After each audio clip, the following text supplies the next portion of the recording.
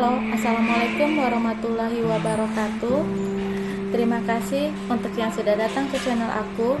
Kalau belum subscribe, tolong jangan lupa di subscribe, kemudian bunyikan lonceng, dan jangan lupa kasih like serta komentar biar aku makin semangat ya.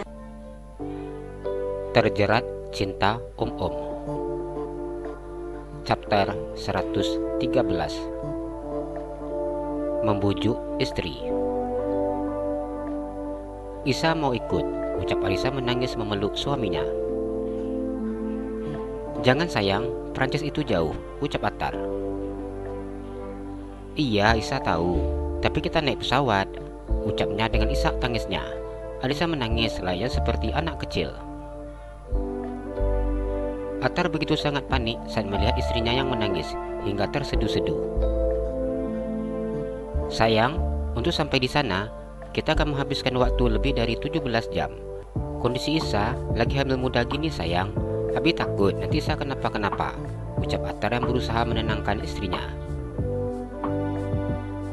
Isa nggak mau Abi pergi, ucapnya tanpa melepaskan pelukannya dari suaminya. Abi nggak bisa kalau nggak pergi sayang. Ini kerjasama yang sangat penting. Abi akan usahakan agar urusan di sana bisa cepat selesai. Begitu selesai semuanya, Abi akan langsung pulang, ucapnya. Alisa hanya diam dan memeluk suaminya. Suara tangannya terdengar semakin keras ketika suaminya terus berusaha menenangkannya. Attar memeluk erat istrinya ketika nafas istrinya sudah terdengar teratur, pertanda istrinya sudah tertidur lelap saat ini. Attar mencium rambut istrinya. Maafin Abi ya sayang, ucapnya yang begitu sangat tidak tega melihat istrinya yang tertidur setelah lelah menangis. Selama istrinya tidur, tidak ada sedikit pun Attar meninggalkan istrinya. Ia hanya memeluk istrinya. Attar menatap wajah istrinya yang begitu sangat tenang seperti bayi yang tertidur lelap. Alisa membuka matanya perlahan-lahan. Alisa memandang suaminya yang saat ini menatapnya. Alisa kembali mengingat saat dia menangis ketika suaminya memberitahukan akan berangkat ke luar negeri. Tidak seharusnya Isa bersikap seperti layaknya anak kecil, pikirnya. Alisa diam memandang wajah suaminya. Alisa tidak boleh menangis saat akan ditinggalkan oleh suaminya. Alisa harus memahami alasan suaminya pergi karena urusan bisnis. Abi, maafin Isa, ucapnya dengan wajah yang terlihat begitu sangat sedih. Maaf kenapa? Tanya Attar yang mengusap perut istrinya. Isa nggak boleh egois larang Abi berangkat. Padahal Abi berangkat untuk urusan bisnis, ucapnya. Attar tersenyum dan menganggukkan kepalanya. Saat ini kondisi istrinya sedang hamil. Pengaruh hormon membuat istrinya begitu sangat mudah berubah. Sayang, Abi belum sarapan. Kita sarapan ya, ucap Attar.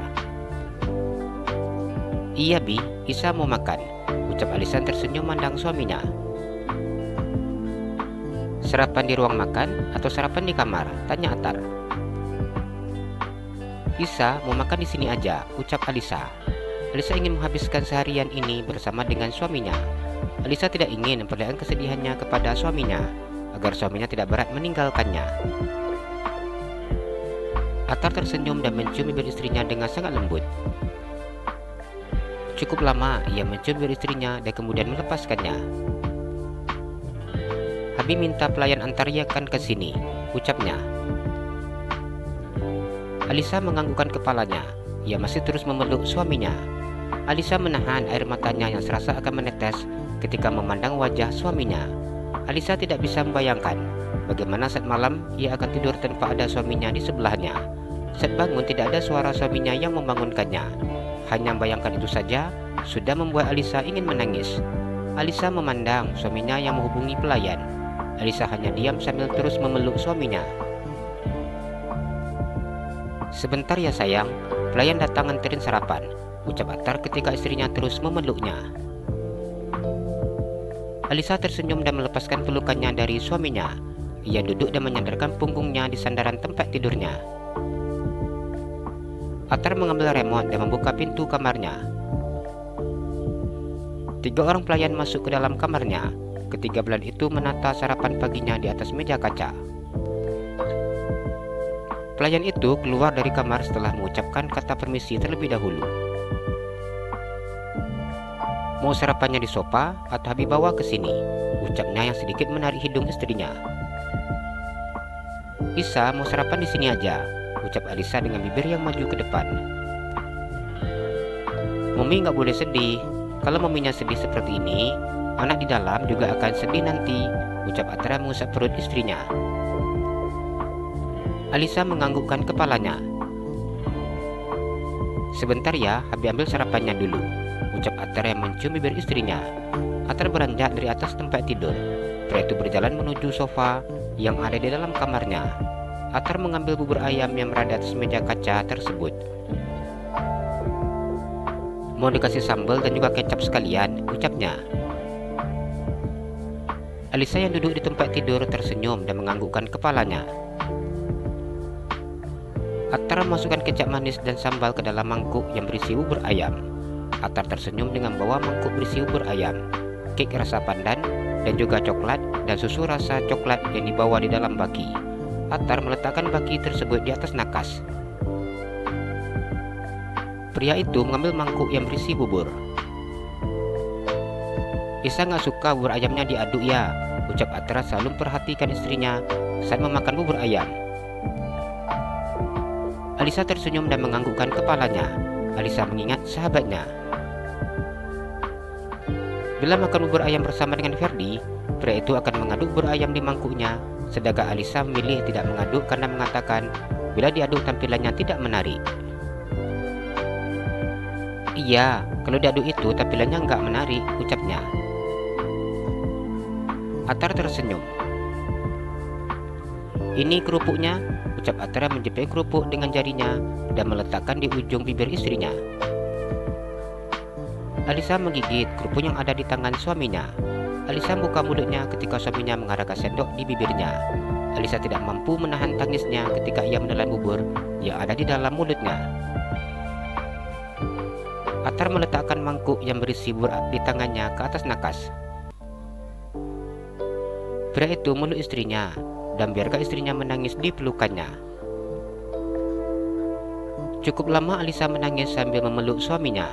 Alisa melepaskan suaminya ketika ia sudah mampu meredam tangisnya. Attar mengusap pipi istrinya yang basah dengan air mata. "Sayang Habi, jangan seperti ini. Habi mohon," ucapnya yang begitu sangat tidak tega memandang istrinya. "Selama kita nikah, Habi nggak pernah tinggalin Isa. Terus sekarang Habi mau tinggalin Isa lama," ucap Alisa. "Habi janji akan menyelesaikan semua urusan di sana secepat mungkin, biar bisa pulang ke sini. Habi juga nggak sanggup, sayang, ninggalin Isa lama-lama," ucap Attar yang menatap sendu wajah istrinya. Alisa menganggukkan kepalanya. Sikap suaminya begitu sangat memanjakannya, sehingga Alisa tidak tahu bagaimana bila tidak ada suaminya sehari saja. "Sarapannya dilanjutkan ya," ucap Attar saat istrinya sudah berhenti menangis. Alisa menganggukkan kepalanya. Attar kembali menyiapkan istrinya bubur ayam hingga habis tanpa sisa. "Bi, semalam Isa minta pelayan buatkan nasi kuning. Apa nasi kuning Isa ada diantarkan pelayan?" ucap Alisa saat mengingat nasi kuning yang dimintanya. "Ada," jawab Attar. "Isa belum kenyang, Bi. Isa mau makan nasi kuning Isa," ucap Alisa. Attar tersenyum dan mengusap kepala istrinya. Walaupun dalam keadaan sedih, namun tidak mengurangi selera makan istrinya. "Habi ambilkan," ucapnya beranjak dari tempat duduknya dan kemudian berjalan menuju ke meja kaca dan mengambil nasi kuning yang diminta oleh istrinya.